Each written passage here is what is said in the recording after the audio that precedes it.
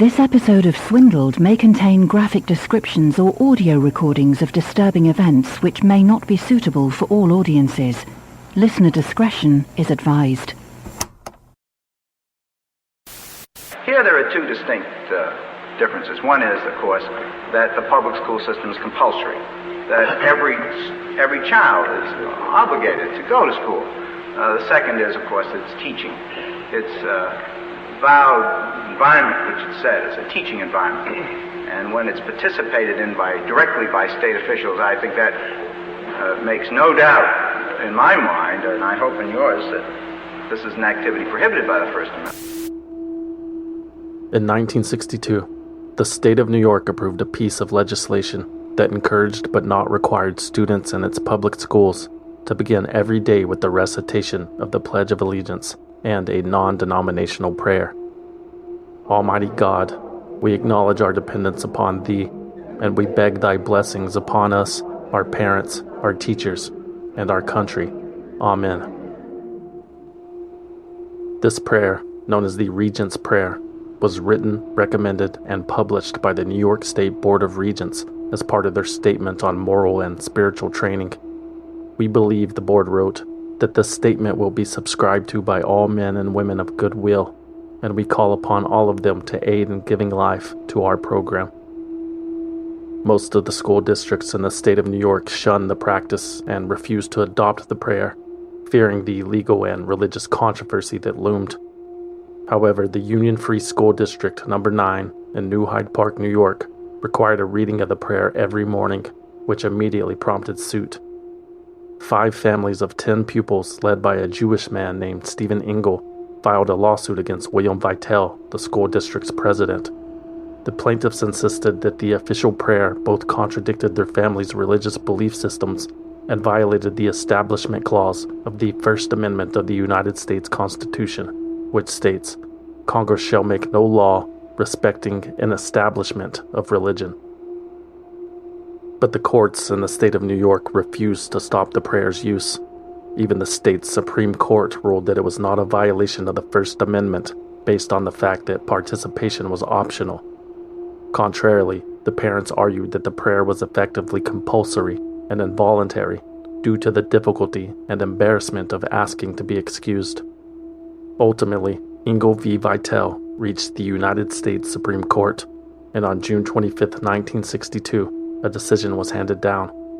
By a majority vote of 6-1, the court ruled that state-sponsored school prayer was unconstitutional, no matter if it was non-denominational and no matter if it was voluntary. In his opinion for the court, Justice Hugo Black explained the importance of separation between church and state. He penned a lengthy history of the issue, beginning with the 16th century in England and the early colonial days of the United States. Black reiterated the dangers of governmental and religious unions and noted that prayer is a religious activity by its very nature, and that prescribing such a religious activity for school children violates the Establishment Clause. Quote, "We think that by using its public school system to encourage recitation of the Regent's Prayer, the state of New York has adopted a practice wholly inconsistent with the Establishment Clause. It is no part of the business of government to compose official prayers for any group of the American people to recite as a part of a religious program carried on by government." While Engel versus Vitale is widely considered to be a landmark decision, and by some the ushering in of society's downfall, the ruling did not outlaw all prayer in public schools, as it has sometimes mistakenly been interpreted. The ruling merely prohibited the school itself or the state from directing the service. Students were still allowed to organize and pray on their own merit, which they remain able to do today. But this ambiguity left the door open for future challenges. In 1963, less than a year after Engel v. Vitale, a similar case reached the U.S. Supreme Court. This time, a man named Edward Shemp had sued the Abington School District in Pennsylvania on behalf of his son Ellery, who had complained that he was required to sometimes read or hear portions of the Bible as part of his public school education, as required by a Pennsylvania state law. Edward Shemp, Ellery's father. Ellery thinks for himself, no question that. As Unitarians, we all claim to think for ourselves, and we allow our children to think for themselves. We do not try to impress on them any dogma. So religiously, this is his own idea. Like New York, the Abington School District contended that their Bible portion of the morning lesson was optional and that a student may be excused upon the written request of a guardian. However, one day in 1956, after Ellery Shemp refused to stand for the Lord's Prayer and opened the Quran during the daily readings to prove a point, Ellery's teacher removed him from the classroom. That evening, Ellery wrote a letter to the American Civil Liberties Union asking for help. In a lawsuit filed by the Shemp family against the Abington School District, Edward and Robin Shemp contended that the rights of their children, Roger and Donna, under the First and 14th Amendments to the Constitution, had been violated. Having already graduated by the time the case was heard by the District Courts of Pennsylvania, Ellery Shemp was not named in the suit. This is the family's lawyer, Henry Sawyer. What was done in Abington was a religious exercise. And I said in this connection that of all the world's literature, only the Holy Bible, as the legislature called it, had been singled out to be read and required to be read at the opening of each school day. The testimony was that the students were required to observe a peculiarly high standard of decorum. It seemed to me, and I argued to the courts, that it was really ingenuous to claim that there was nothing here but the teaching of morality and good citizenship. In two separate trials, the district court sided with the Shemp family. Edward Shemp had testified that he had considered having his children excused from the exercises, but decided against it, over worries that his children's relationships with their teachers and classmates would be adversely affected, even more so than they already had been. Shemp argued that that fear of ostracization essentially compelled the Bible readings to be considered compulsory, which the courts considered unconstitutional. The school district and the state superintendent of schools disagreed, however, and appealed the ruling. But before the Pennsylvania Supreme Court was able to hear the case, the law that mandated the reading of Bible verses at school was amended by state legislators, so the original judgment was vacated, and Shemp v. Abington returned to the lower courts for further consideration until the United States Supreme Court agreed to hear the appeal. Meanwhile, a similar case was playing out in Baltimore, Maryland. I think I am an atheist, and I wish to be an atheist, and I don't feel that it would be appropriate for me to stand up and say the Lord's Prayer. That's 14-year-old William Murray, or Bill Murray, as he was known to his former friends. Bill had just returned to the United States with his mother Madalyn and younger brother John Garth after a failed attempt to defect to the Soviet Union via Paris. When Madalyn enrolled Bill at Woodburn Junior High School, 17 days into the semester, she discovered that prayer and Bible readings were mandatory at the institution. Bill was bullied and intimidated for not participating. Madalyn Murray, a devout atheist, sued the school district in 1960 for violating her family's First Amendment rights, but the Maryland court system ruled against her, and again when she appealed.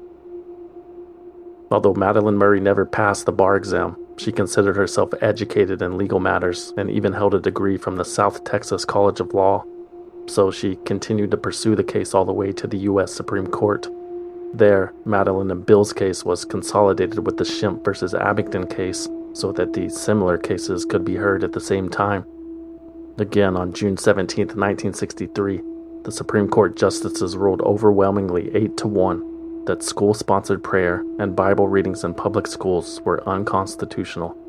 Justice Tom C. Clark wrote, "We repeat and again reaffirm that neither a state nor the federal government can constitutionally force a person to profess a belief or disbelief in any religion. Neither can it constitutionally pass laws or impose requirements which aid all religions as against non-believers, and neither can it aid those religions based on a belief in the existence of God as against those religions founded on different beliefs." Case closed.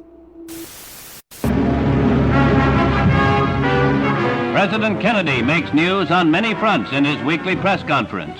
To reporters crowding the State Department auditorium, he restates America's stand against any Red China threat to Quemoy and Matsu Islands.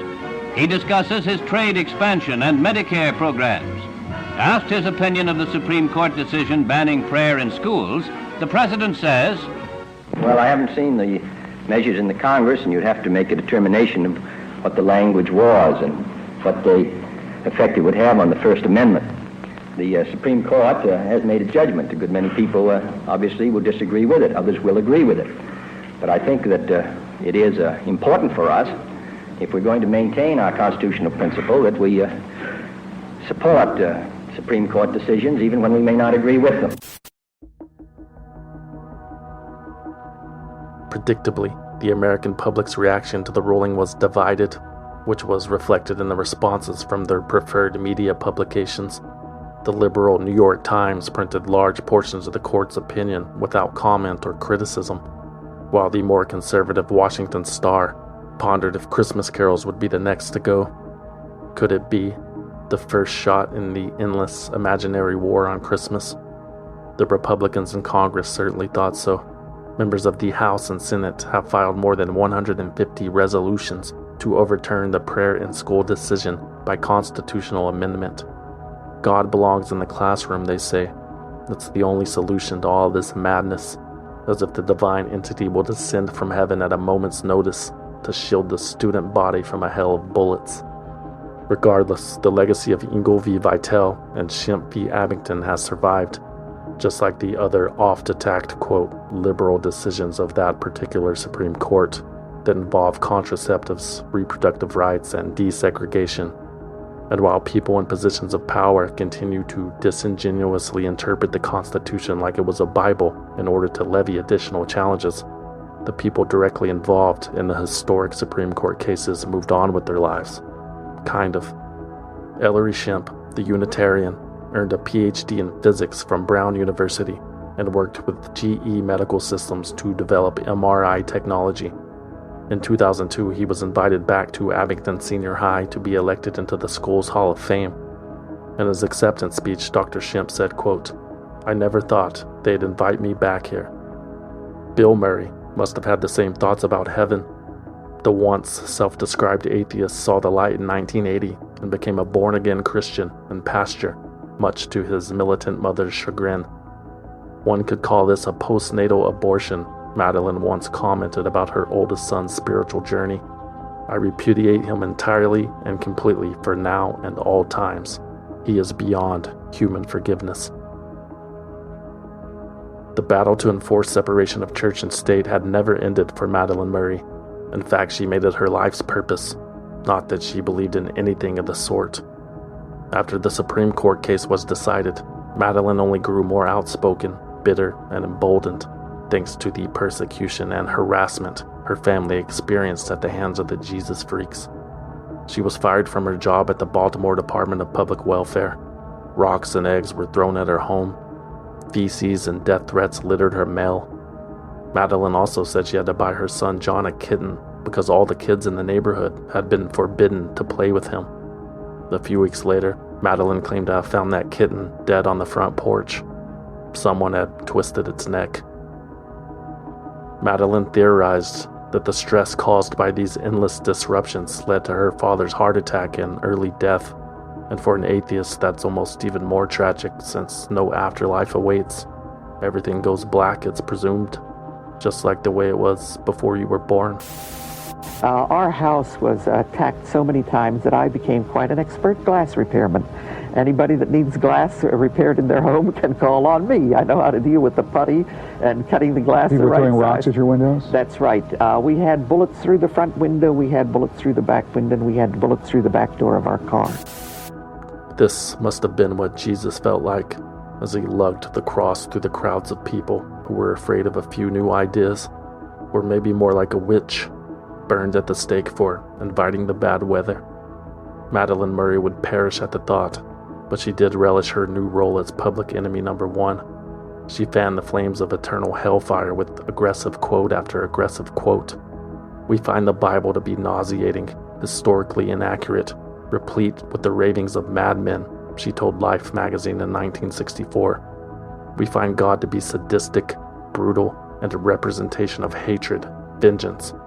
We find the Lord's Prayer to be that muttered by worms groveling for meager existence in a traumatic, paranoid world.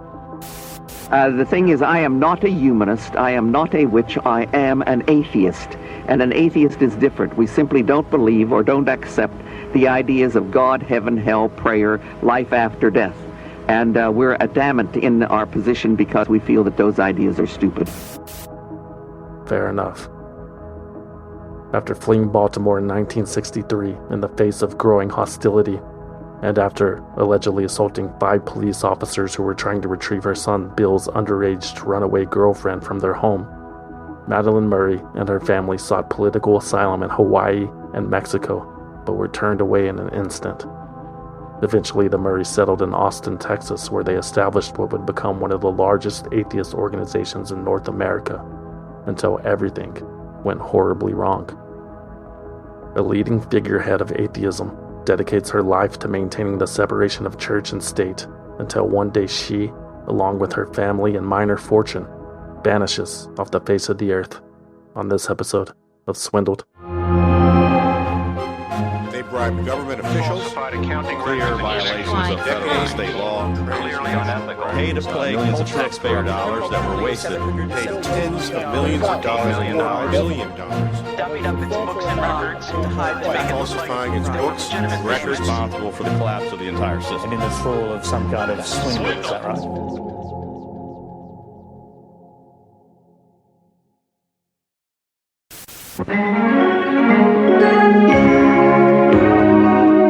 If you're an atheist, Madalyn Murray O'Hare is heroic.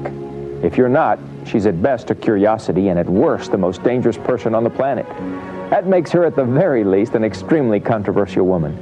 But Madalyn Murray O'Hare says she's not here to win popularity contests. She's here to enforce the separation of church and state. And if she can separate you from your church in the process, well, that would make her happy too.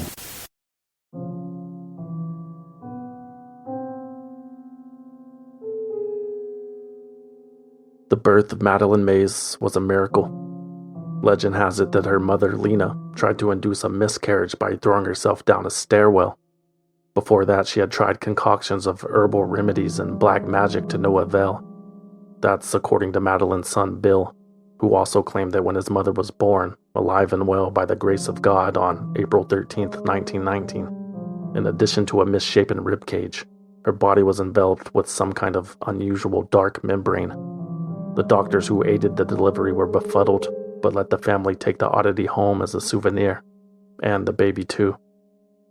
Growing up in Pittsburgh back then was rough for Madalyn. Her relationship with her parents was poor, to say the least, and their financial condition even poorer, thanks to the stock market crash and subsequent Great Depression that began in 1929. But Madalyn Mays has always been a fighter, tougher than the nails used to hammer Jesus to the cross. Madalyn endured the toxic household and eventually found her way out and fell in love, another concept that she would chew on for the rest of her life. At the age of 22, Madalyn married a man named John Roths, a steelworker, but the holy matrimony was short-lived. 2 months later, both Madalyn and John were inspired to join the military after the Japanese carried out a surprise attack on Pearl Harbor.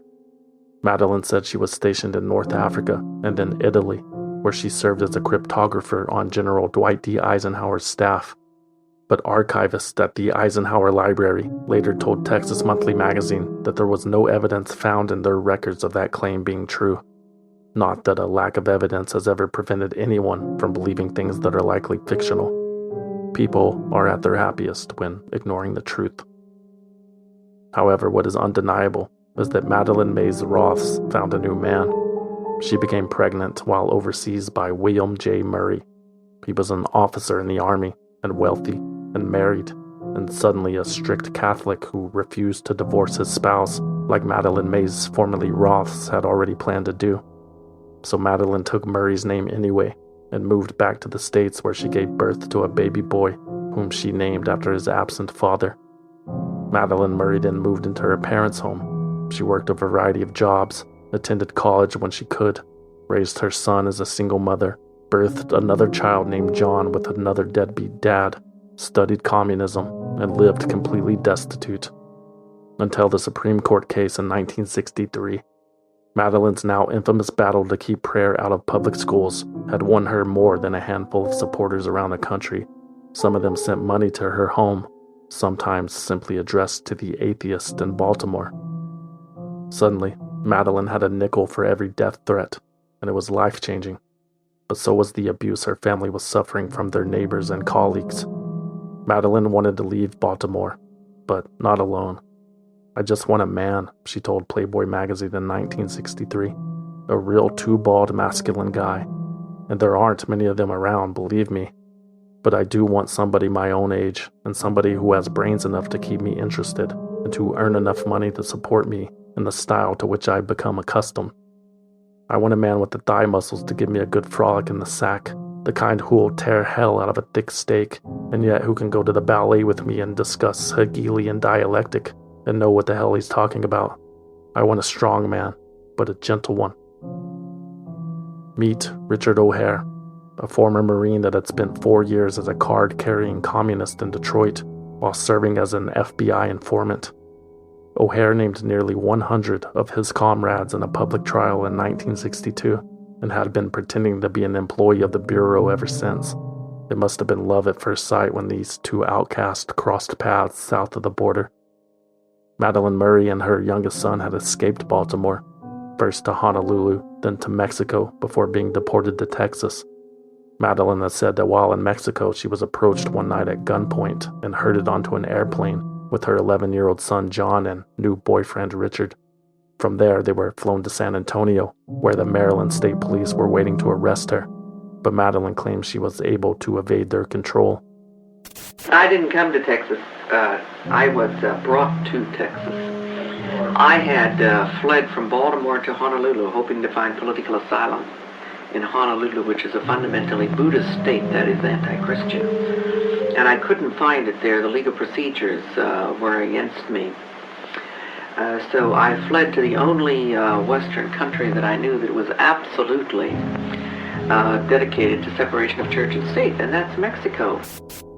To fight her extradition, Madalyn relocated to Austin, the capital of Texas. She was joined by Richard O'Hare, whom she soon married, as well as her son John, and eventually her granddaughter Robin, whom Madalyn adopted after her eldest son Bill Murray found Jesus and Alcoholics Anonymous. Madalyn, on the other hand, was taking steps inside of multiple Central Texas jail cells. She said she was arrested 3 times in San Antonio and twice in Austin during her legal entanglement. But eventually, all the charges were dropped and she was allowed to stay. And I must say that your jails are quite dirty, very cluttered, and they smell from urine, and absolutely not a nice place in which one should spend one's continuing existence. But I had to fight the extradition to Maryland from the capital, and by the time that we had established ourselves here, we were so entrenched that we couldn't possibly afford to move, since inflation is upon us in America today. Once firmly settled in Austin, Madalyn Murray O'Hare picked up right where she left off in her defense of a secular nation. It was Madalyn's goal to point out the hypocrisy and the absurdity of organized religion and its effects on the lives of even the country's most staunch non-believers. Ever since she had read the Bible from cover to cover as a child, Madalyn Murray O'Hare had felt compelled to express her distaste. Quote, "I came away stunned with the hatred, the brutality, the sadomasochism, the cruelty, the killing, the ugliness. Oh, I suppose that words like sadomasochism were not in my vocabulary at the time, but I could see the obvious lies, the disgusting stories." Madalyn set up a printing press in her new home to distribute newsletters and other atheist paraphernalia. Churches exist tax-free but desire to dictate law while praying for peace with blood on their hands. The paradox of free will and predestination, the intolerance. Judge not, lest ye be judged. I am involved in a political-religious battle, and religion is politics in the United States. To live with a philosophy, and to live in a way based on that philosophy, the philosophy of atheism, the philosophy of love of fellow man rather than love of God. When a City of Austin council member caught wind of Madalyn's home printing business, a zoning violation was issued. Madalyn, knowing that churches were allowed to operate freely in residential areas, decided to establish her own house of worship in order to be granted the same luxuries. She installed herself as the bishop. Her husband, Richard, was the prophet, divinely tax-exempt. The government was not amused. Throughout the late 60s, 70s, and even 80s, Madalyn Murray O'Hair organized and agitated even further. She founded the American Atheist Organization, a nonprofit dedicated to defending the civil liberties of atheists and advocating the complete separation of church and state. The stance of the American Atheist Organization is as follows. Religion is a private affair. It is for your home and your church. The politics and education, public education in the country are public affairs, and into this no religion should intrude. Madalyn, who served as the CEO and president of American Atheists, was adamant that her goal was not to convert believers into non-believers. She told Playboy magazine, quote, "That would be just as infamous as their imposing Christianity on me. At no time have I ever said that people should be stripped of their right to the insanity of belief in God. If they want to practice that kind of irrationality, that's their business. It won't get them anywhere. It certainly won't make them happier or more compassionate human beings. But if they want to chew that particular cud, they're welcome to it." Madalyn claimed that the sole purpose of the organization was to ensure that that particular cud did not encroach into public life. She accomplished this by launching what she called a campaign of litigious education. She filed numerous lawsuits that challenged certain government practices that she deemed violations of the separation of church and state. Some were more successful than others, some pettier than others. In 1964, Madalyn sued the Federal Communications Commission so that atheists could have equal time with religion on radio and television. In 1970, she challenged the weekly religious services that were being held in the Nixon White House. A year later, she sued NASA for allowing astronauts to broadcast readings from the Book of Genesis while they orbited the moon. She also tried to have "In God We Trust" removed from U.S. currency. In Texas, Madalyn challenged the opening prayer at city council meetings in Austin. Then she sued to remove the provision in the state's constitution that required a belief in God for any person holding office. There was another lawsuit to remove the nativity scene from the Capitol's rotunda, and she burned a jury summons on television because it required an oath to serve. In addition to being a godless atheist, many considered Madalyn Murray O'Hair to be a militant feminist as well, because she advocated for such radical ideas as free birth control and complete equality with men. She also professed publicly, in an article for Hustler magazine, the benefits of masturbation, probably because it's more difficult to read your Bible when the pages are stuck together. So I've heard. Live from the new headquarters of the American Atheist Movement off Cameron Road. Thank you for joining us. First of all, Ms. Hare, can you hear me? Yes, I can hear you. Okay. What prompted you to start this movement in the first place? I'm sorry, I can't hear you. What prompted you? You've just ruined a television shot. Madalyn's hot takes continued to stir the religious crackpots whose vulgar letters and threats were not emblematic of turning the other cheek, and Madalyn's activism over the years continued to land her in legal hot water. She claimed to have been arrested almost a dozen times before she turned 58 years old, mostly for disorderly conduct at council meetings and such. It was a small price to pay to give her non-beliefs some media exposure, even though for Madalyn Murray O'Hair, media exposure had always been pretty easy to come by. She was the first ever guest on the Phil Donahue Show in 1967. In the years following, she squared off in countless debates with religious leaders and scholars on the radio, TV, and in print, where it was obvious to every casual viewer or listener that Madalyn's opponents usually were not fit for battle. They shrunk in the shadow of her enormous wit and candor, and it didn't help that Madalyn was as physically imposing as she was intellectual, lumbering and broad-shouldered with a vocabulary fit for both savant and sailor. The most hated woman in America's reputation ballooned with each public appearance, and she reveled in the infamy. What do you have against God? Why does he bug you? Well, first off, there isn't any, and second off, the idea which you invented has caused more misery to every human being in all ages of history than any other single idea. An atheist is a person who questions every kind of authority. And this is the thing that is important. Because if we can, without blinking an eye, question the ultimate authority, God, who must be obeyed, then we can question the authority of the state. We can question the authority of a university structure. We can question the authority of our employer. We can question anything. I think the thing that I find absolutely the most regrettable and intolerable is that Christianity gives persons feelings of personal inadequacy. They feel that they cannot cope, that they must go outside of themselves, that they cannot educate themselves and use their potential in self-actualization. You do support the established order in America. You have never, at any time, been on the side of minority. Tell me when you came out for the black man. It was after the black man and the Brown decision that you jumped on the bandwagon. Tell me when you came out to get children out of coal mines.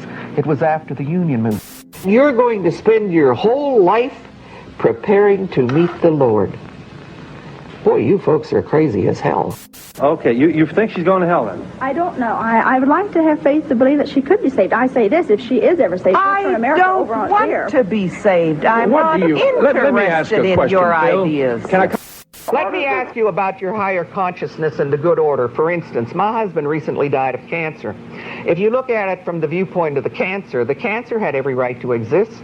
The cancer had every right to metastasize, to put out colonies. It went from my husband's liver to his bowels, to his intestines, to his brain, to his nervous system, to his lymph glands. Looking at it from the viewpoint of the cancer, this is idiotic because it killed its host. For God so loved the world that he gave us cancer.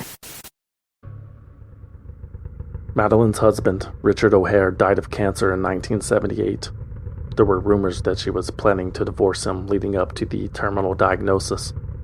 Richard had physically abused Madalyn on numerous occasions in their final years together. They were separated at the time after Richard was sent to jail for assault. But Madalyn decided to wait out her husband's impending death to reap the pension benefits he would leave behind. After all, Richard wouldn't need them. There are no bill collectors in hell. Besides, Madalyn Murray O'Hare had a new $1 million American Atheist Center to pay for, which had officially opened a year prior.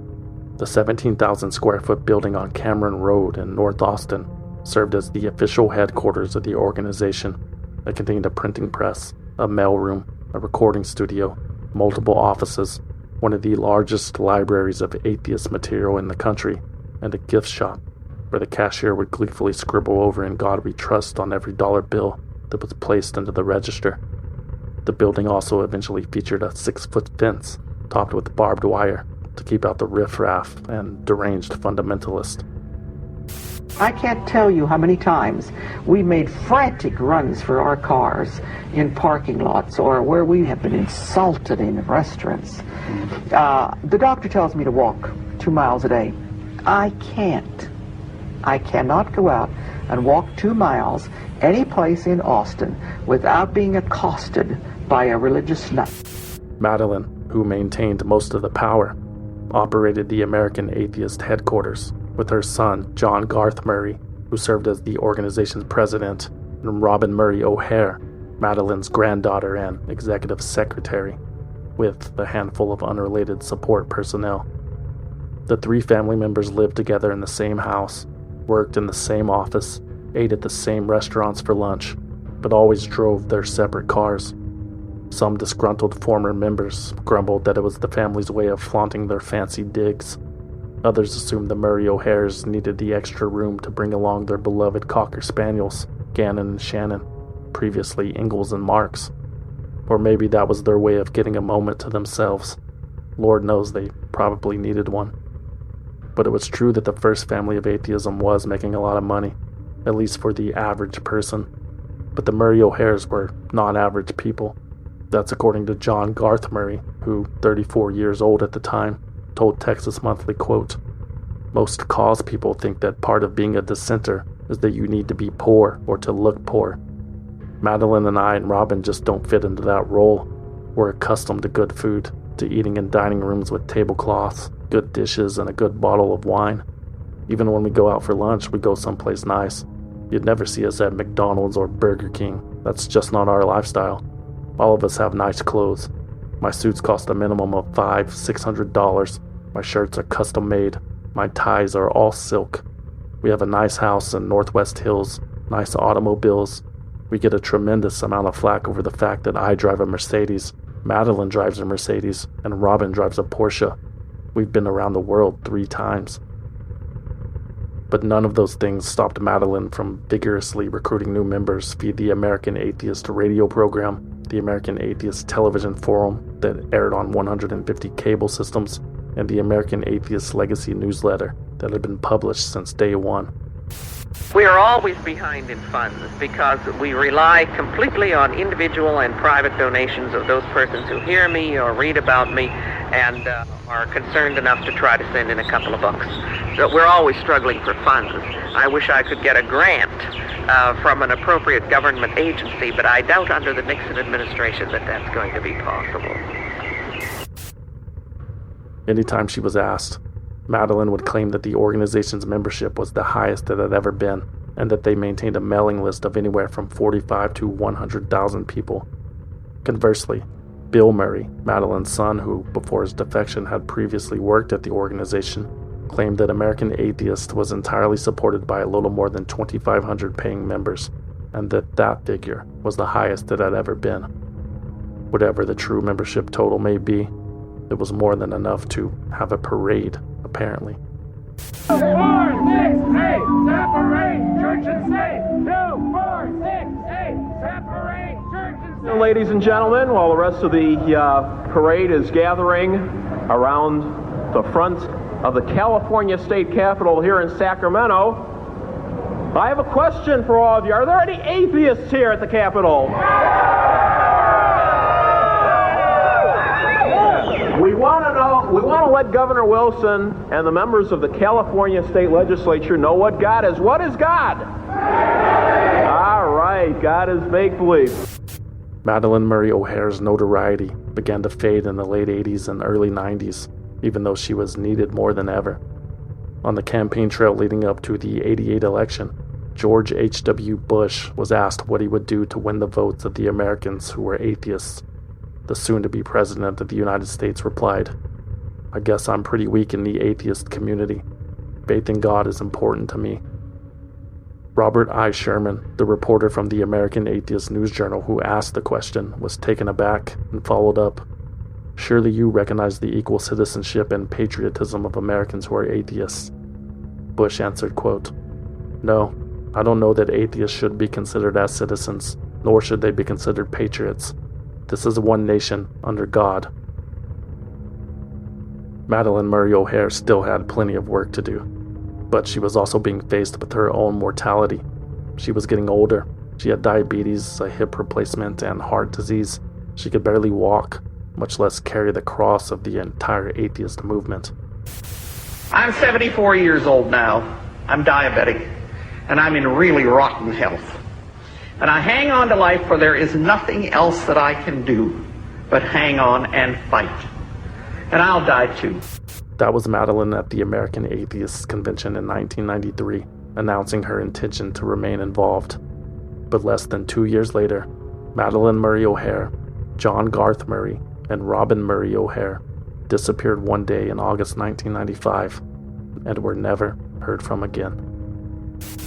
Do you believe that Madalyn Murray O'Hair could be saved? Yes. Do you believe it? How many? Raise your hand. Do you believe it? How many believe right, How many think it's too late? How many think she's gone too far? Raise your hand. Would you stand for just a second? Hold it.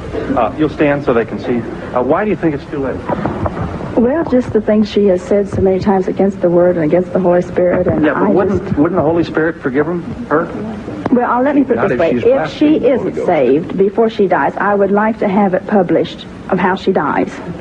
Why? Because I believe if she isn't, well, doped up, like people die. Right. I believe if she dies and if she is in her senses and rational, I believe that she will die such a miserable death that it would convince all those that are following her that she was wrong.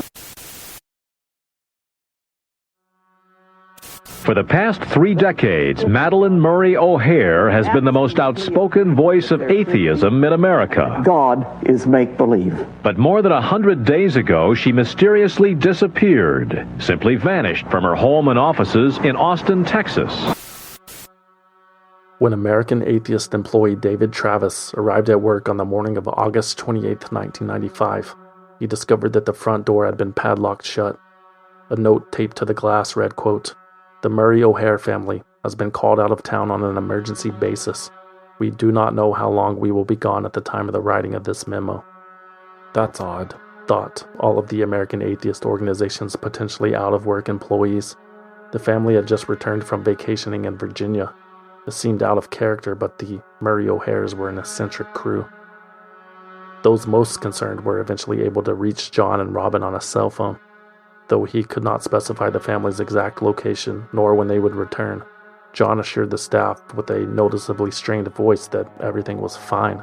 They had business to attend to in San Antonio, and that they planned to meet up with the staff a week later in New York to picket the Pope. The discussions with them was that they were going to be up in New York City the next week for picketing the Pope. And that was the last conversation anybody had had with them, and they didn't arrive. The last conversation anyone had with any of the Murray O'Hares was on September 28, 1995. The days and months after flew by with no additional word. One employee eventually performed a welfare check on their house, but nobody was home, and it appeared that the family had left in a hurry. There was a half-eaten breakfast on the table. They left a refrigerator full of food. Madeline's diabetes medication was found on the kitchen counter, and it was discovered that the family's 3 dogs had been left in the care of a local animal hospital. Seems kind of fishy, right? Wrong. The Austin Police Department did not think so. The Austin Police Department is treating this strictly as a missing persons case, not a criminal investigation. In a written statement, police added it is not a crime to disappear, and if the Murray O'Hares are found, police are not required to disclose their location. It is not a crime to disappear, and until there was any hard evidence that a crime had been committed, or until a family member reported them missing, no investigation would be launched. Fellow atheists were beginning to worry. Without any evidence of theft or foul play, no one is calling the police. But her absence has left the financially troubled American Atheist Center in Austin vacant and a dwindling base of fellow atheists confused. We just have no idea. We have no idea. It may be that she just wants a little privacy for a while. Maybe Madalyn Murray O'Hare just wanted some privacy, a planned departure, a joint retirement with the people closest to her. Or maybe she had repented and taken a sabbatical to cleanse her body and soul. That certainly was one theory. Others suggested that there were more sinister forces at work. The Vatican had a hand in it, or the United States CIA. But the most popular theory was that the Murray O'Hares had simply taken the money and fled, probably to New Zealand. There were statements left behind at the office for a bank account in New Zealand that contained close to $1 million, and $600,000 of it was missing. It made the most sense, especially to the members of the American Atheists. The organization was having a financial crisis and everybody knew it. They'd seen the letters from the IRS seeking almost $750,000 in back taxes from John and Robin, as well as the statements for the tens of thousands in credit card debt the family owed, which included recent cash advances. Maybe they decided to clean out the accounts and disappear to conceal assets and avoid creditors. The speculation was all over the place, but only God truly knows. For 1 year now, Madalyn Murray O'Hare, America's most hated woman in 1962, when her lawsuit got Bible and prayer banned in public schools, America's noisiest atheist has been quiet as, well, a church mouse. A year passed before Bill Murray asked law enforcement to help track down his estranged family. Bill hadn't seen his mother, daughter, or brother in over 10 years, and he did not think there would ever be another chance. "Absolutely, I think they are dead," he told the Austin Chronicle. "I work in Washington. I have Washington contacts. I know where they are not. They are not in any nation that corresponds with the U.S. Either they are in the U.S., dead, or in Cuba, Libya, Afghanistan, or some other country like that, and I just don't think that's likely." But the local authorities showed little interest, even after Robin Murray O'Hare's abandoned Porsche was found at the Austin airport a few days after her father filed that report. Not enough foul play for APD to even take a look, apparently. Couldn't be bothered to lift a boot. Where do atheists go? Sounds like a riddle, but in the case of this country's most famous atheist, it is a serious question. She appears to have dropped off the face of the earth. What's become of Madalyn Murray O'Hair? 2 more years went by without a lead. American Atheist staff was still maintaining the yard at the Murray O'Hair home and paying whatever property taxes the family owed, even though there were no signs that they were ever coming back. And with no return in sight, the creditors came calling. The house was seized in February 1997 and sold in July 1998 for $240,000. All the belongings inside were eventually auctioned off, the proceeds of which benefited the Internal Revenue Service of the United States of America. The American Atheist headquarters would be the next to go. This warehouse contains almost all that was left behind by famed atheist Madalyn Murray O'Hair. Property taken from the home she shared with a son and granddaughter includes everything from the ordinary to the ironic. The interesting things are like the Bibles, the 2 Bibles that we have found in the boxes. In September 1998, the American Atheist Organization, now under the direction of Ellen Johnson, agreed to sell its Austin, Texas headquarters to the AIDS Services of Austin for $800,000, less than half of what the Murray O'Hairs paid for it in 1987. The organization planned to relocate to the friendlier confines of central New Jersey, where it remains headquartered today. More than 3 years had passed since the disappearance, and the mystery remained. What happened to Madalyn Murray O'Hair? Though it seemed like law enforcement at every level seemed disinterested in answering that question, in certain newsrooms across Texas, the puzzle pieces were coming together. Evan Moore of the Houston Chronicle reported that back on September 5th, 1995, about a week after the family's disappearance, John Murray's 1988 Mercedes-Benz was sold to a San Antonio real estate agent via a classified ad for $15,000 cash, which was $6,000 under the market value. The man who delivered the car said his name was John Murray, but didn't fit the missing man's description. John was tall and dark and not at all handsome. This guy was shorter, blonder, and in a tremendous hurry. The gentleman that I dealt with was about 5'4", 5'5", stocky build, looked like a weightlifter, had blondish curly hair that was cut short on the sides, a 70s style, and in the back was kind of pushed back and wavy. Even more curious, it had also been discovered that the $600,000 that had disappeared from the family's New Zealand bank account had been moved to the States. As part of their 19-month investigation, John McCormick at the San Antonio Express-News, with the help of a private investigator named Tim Young, located the jeweler who exchanged that missing cash for gold. Corey Tickner said John Murray ordered $600,000 worth of gold coins from his shop in San Antonio on September 22, 1995. A week later, John, the real John, met up with the coin dealer to collect the gold.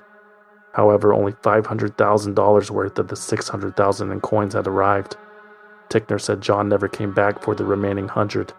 It was eventually seized by the IRS, and the Murray O'Hairs were never heard from again.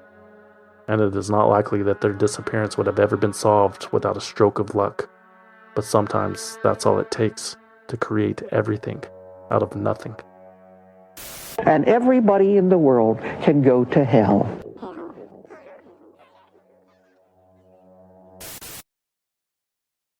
Madalyn Murray O'Hair is missing. Now, for many of you, that may not mean much, but ask anyone who was around during the 60s and 70s. She had the dubious distinction of being known as America's most outspoken atheist. Whatever happened to her? Good question. On October 2nd, 1995, a headless and handless male body was found on the banks of the Trinity River outside of Dallas, Texas, about 200 miles north of Austin. There were no scars or tattoos or any way to identify the remains. The only notable feature of the mutilated corpse that had stumped detectives, it was extremely hairy, a detail that caught the eye of Express News journalist John McCormick, who just so happened to be doom-scrolling the newswire 3 years later. Could it be Danny Fry? McCormick wondered. Danny had been missing almost as long as the Murray O'Hairs. He had traveled to Austin from Florida for a job during the summer of 1995, but hadn't been heard from since late September of that year. Danny Fry's daughter was the last person to speak to him when he called to wish her a happy 16th birthday. He might have been a con artist, Lisa Fry remembered, but he was a good dad. That same day, Danny's brother Bob had received a letter in the mail. The outside of the letter was marked, "Do not open until October 3rd. It was only September 30th, so of course Bob Fry immediately opened it. Danny wrote that if he didn't make it home by a certain date, then something serious had happened. He instructed Bob to contact the authorities and give them the name Dave Waters. Quote, "Dave Waters planned what we did." The name David Roland Waters was very familiar to John McCormick and everybody else immersed in the O'Hare case. At one time, Waters had been the office manager of the American Atheist organization. He was caught and convicted for writing more than $50,000 in checks to himself from the company's accounts. David Waters pleaded guilty to that theft on May 22, 1995, but Madalyn Murray O'Hare asked the judge for restitution without jail time. She knew that David was a habitual offender who would have no way of paying her back if he was stuck behind bars. But that did not mean Madalyn lacked a plan to get even. She wasn't the type to let things slide. In the July 1995 edition of the American Atheist newsletter, in the form of a 6-page essay, Madalyn Murray O'Hare detailed every one of David Waters' prior crimes, like how in 1964, when he was 17, David and 3 friends beat a 16-year-old boy to death with a hedge post. For that, he had served 12 years of a 30-year sentence, and a year after his release, David Waters was arrested again, this time for assaulting his mother with a broom handle and urinating in her face. There were also the burglary charges and the violated curfews, drunk and disorderly conduct. The list goes on. David Waters was reportedly furious with the expose from his former boss and vowed revenge. He told his girlfriend that he fantasized about using pliers to remove each one of Madalyn Murray O'Hare's toes. Truth be told, even though Waters had always consistently denied having any involvement, for those closest to the case, he had always been the prime suspect in the family's disappearance. There just hadn't been anything physical or concrete to tie him to it, until now. The planned date for Danny Fry's return to Florida came and went, so Bob Fry called David Waters to ask about his missing brother and to confront him about the letter, which Bob had told David he had yet to open. David Waters reminded Bob Fry that his brother Danny was an alcoholic and he talks too much, but he'd probably just wandered off with some dirt leg and would eventually turn up. There's probably nothing to worry about, David assured. The day after that phone call, David Waters and another man were on Bob Fry's Florida doorstep demanding the letter, but left empty-handed. Bob told the men that he had burned it. But in reality, the letter was safe and sound, and eventually Bob shared it with journalist John McCormick, who had written about David Waters in articles about the O'Hare disappearance. The description of the headless body 3 years later had triggered McCormick's memory, so he organized the DNA comparison between the corpse and the Fry family. It was a perfect match. Bob Fry also granted private investigator Tim Young access to Danny Fry's phone records.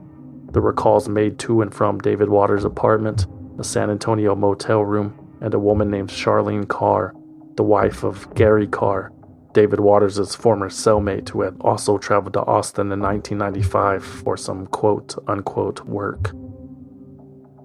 Of course, everything remained circumstantial, but John McCormick and Tim Young theorized that David Waters had recruited Danny Fry and Gary Carr to help kidnap, rob, and ultimately murder the Murray O'Hares. A few days after the deed was done, it's presumed Waters and Carr then disposed of Danny Fry over worries that he would slip up or rat them out. McCormick published his thoughts in an article for the San Antonio Express News on January 31st, 1999. It motivated witnesses to come forward. Young, on the other hand, was having trouble finding anyone that cared. The private investigator broke down the evidence in a letter to the Austin Police Department that went almost entirely ignored. Then he left a message with the FBI but received no response. Finally, Young contacted Special Agent Edmund Martin of the IRS's Investigation Division. Martin had been tracing the Murray O'Hair money trail ever since they disappeared, but still lacked that missing piece to pin it on anybody. But the newly discovered phone records were that missing piece. It was evidence that David Waters and Gary Carr had been in direct contact with Danny Fry around the time he was dismembered and abandoned by the river.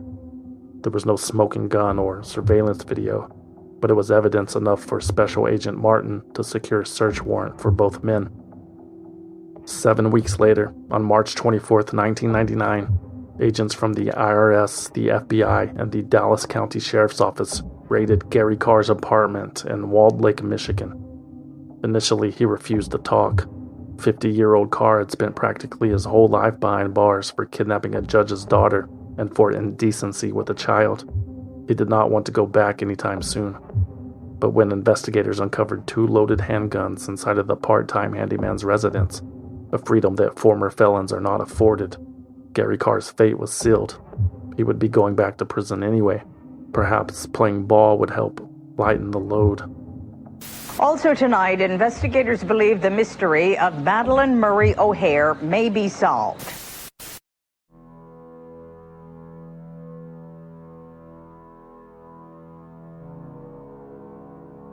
Over the course of a few hours, Gary Carr admitted to everything. He said he had helped David Waters and Danny Fry kidnap and rob Madalyn, John, and Robin, but he himself had never hurt a soul. According to Gary Carr, it was David Waters who killed that family, and Danny Fry. Carr claims he was just there for muscle and support. He signed Agent Martin's affidavit and even drew a map so that authorities could find the bodies. Carr claimed that the Murray O'Hairs had been dismembered and buried in 55-gallon drums on a ranch 120 miles west of San Antonio. 2 searches of that location yielded no results, but investigators did find a hair that belonged to Gary Carr. But the confession was just the cherry on top of the countless financial records, phone calls, car rentals, and plane trips that Special Agent Martin and the journalist had compiled.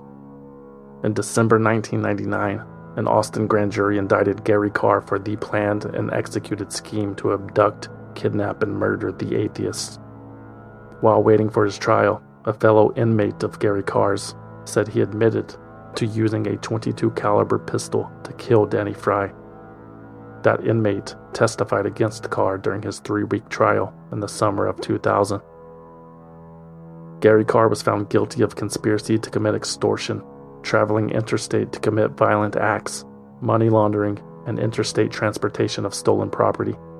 He was acquitted of charges for conspiring to kidnap because authorities had yet to locate the Murray O'Hair bodies.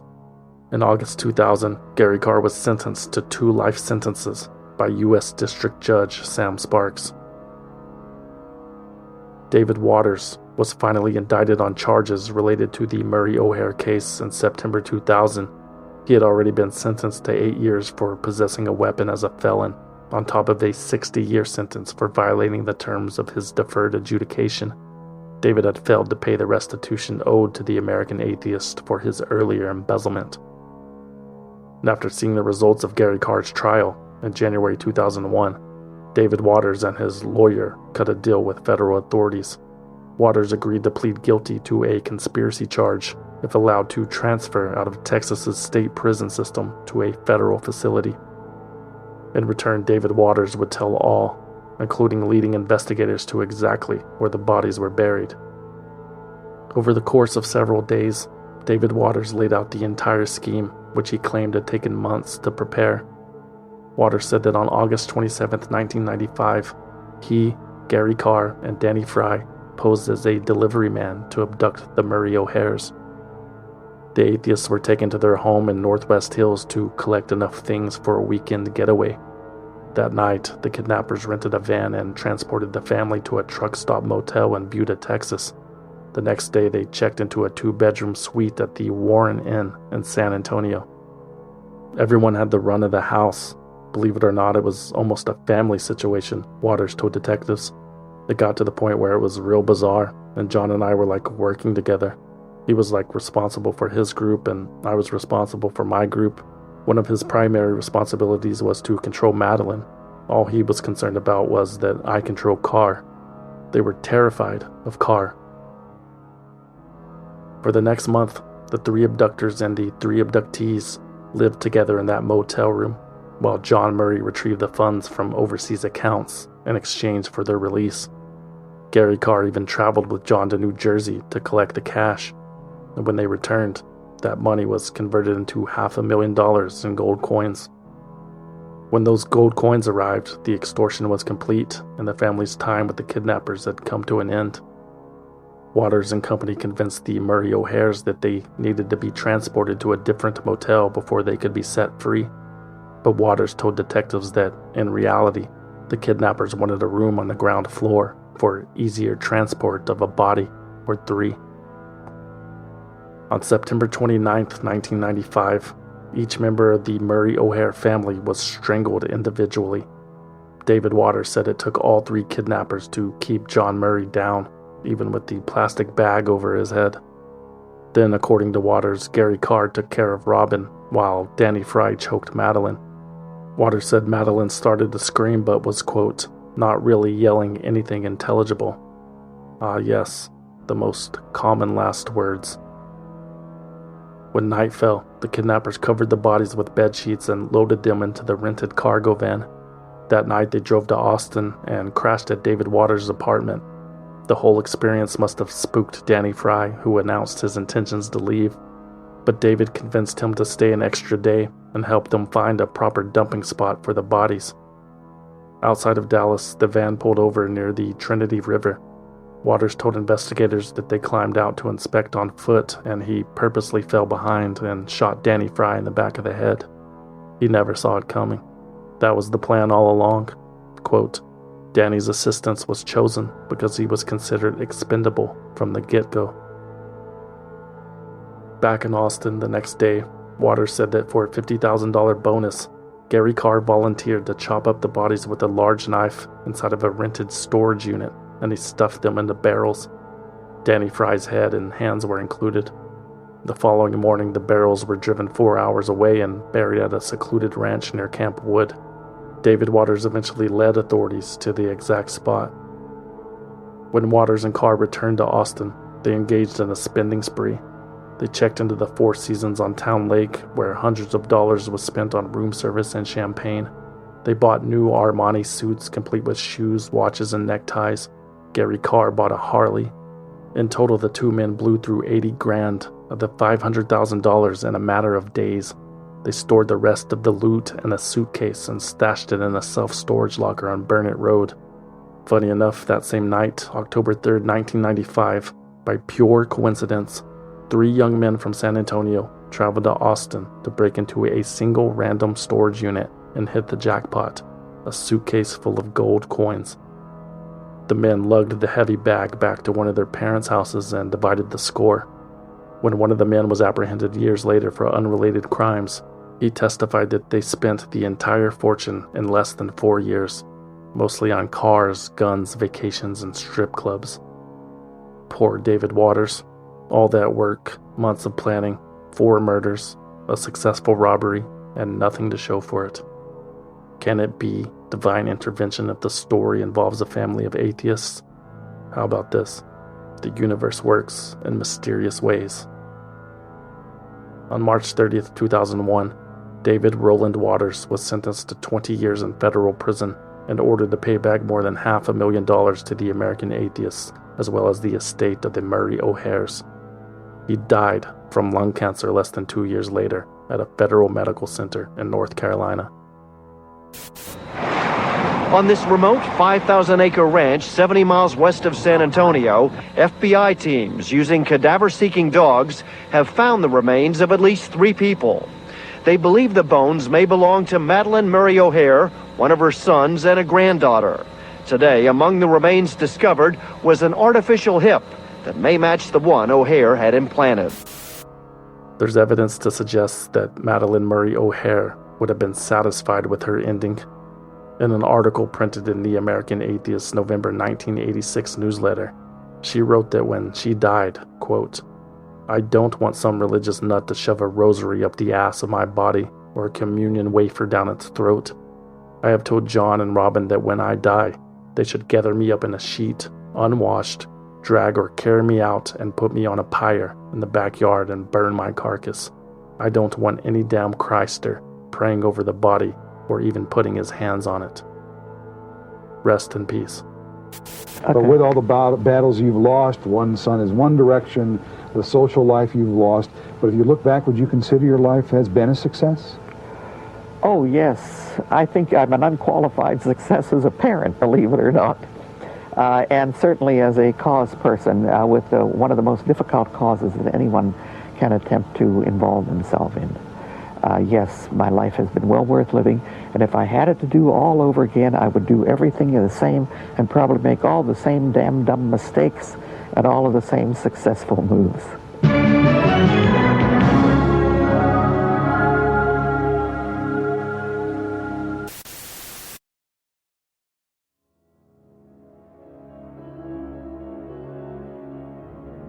Swindled is written, researched, produced, and hosted by me, a concerned citizen, with original music by Trevor Howard, aka Deformer, aka The Christer. For more information about Swindled, you can visit swindledpodcast.com and follow us on Instagram, Facebook, and Twitter at Swindled Podcast. Or you can send us a postcard at P.O. Box 6044, Austin, Texas 78762. But please, no packages. We still do not trust you.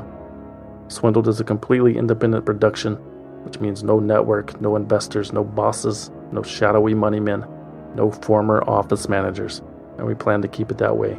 But we need your support. Become a valued listener at patreon.com/swindled. For as little as $5 a month, you will receive early access to new episodes and exclusive access to bonus episodes, which you cannot find anywhere else. Also, everything on Patreon is commercial free, and you can listen right inside of your favorite podcast app, just like you're doing right now. Help us out. Throughout the break, we released a slew of new bonus episodes. There's one about the severed finger in the Wendy's chili. There's also another about the father of a contestant on MTV's My Super Sweet 16. There's a new one about Canada's Pigeon King, who created a Ponzi scheme using pigeons. Another about an infamous Chicago imposter and property squatter, and another about the first time a corporation was convicted of manslaughter. This can all be yours for a measly $5. Patreon.com/swindled. Or if you want to support the show and need something to wear to your virtual happy hour, consider buying something you don't need at swindledpodcast.com/shop. There are t-shirts, patches, hats, hoodies, posters, coffee mugs, and more. swindledpodcast.com/shop, and remember to use coupon code CAPITALISM to receive 10% off your order. If you don't want anything in return for your support, you can always simply donate using the form on the homepage. That's it. Thank you for listening. My name is Luis Miguel from Puerto Rico. My name is Trevor from Westford, Vermont. Hello, I'm Ed Fort from Chicago. And I'm a concerned citizen. And a valued listener. And to all the good folks out there, keep your head up. You matter and you are important.